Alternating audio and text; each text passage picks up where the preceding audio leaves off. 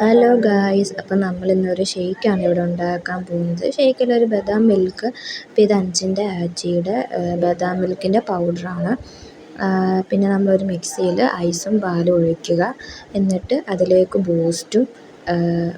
Boost കുറച്ചും പിന്നെ നമ്മുടെ 5-ൻ്റെ ആ മിക്സ് മൊത്തത്തോടെ ഇട്ട് കൊടുക്കുക.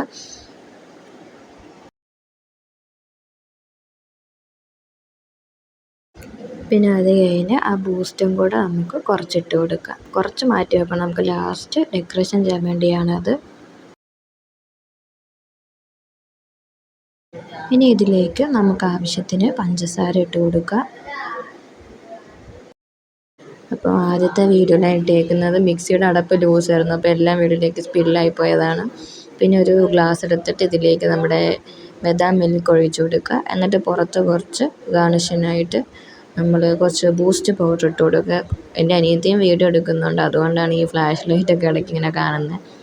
അപ്പം നമ്മുടെ ബദാം മിൽക്ക് റെഡി. ഇനി അടുത്ത വീഡിയോയിൽ കാണാം. Bye bye.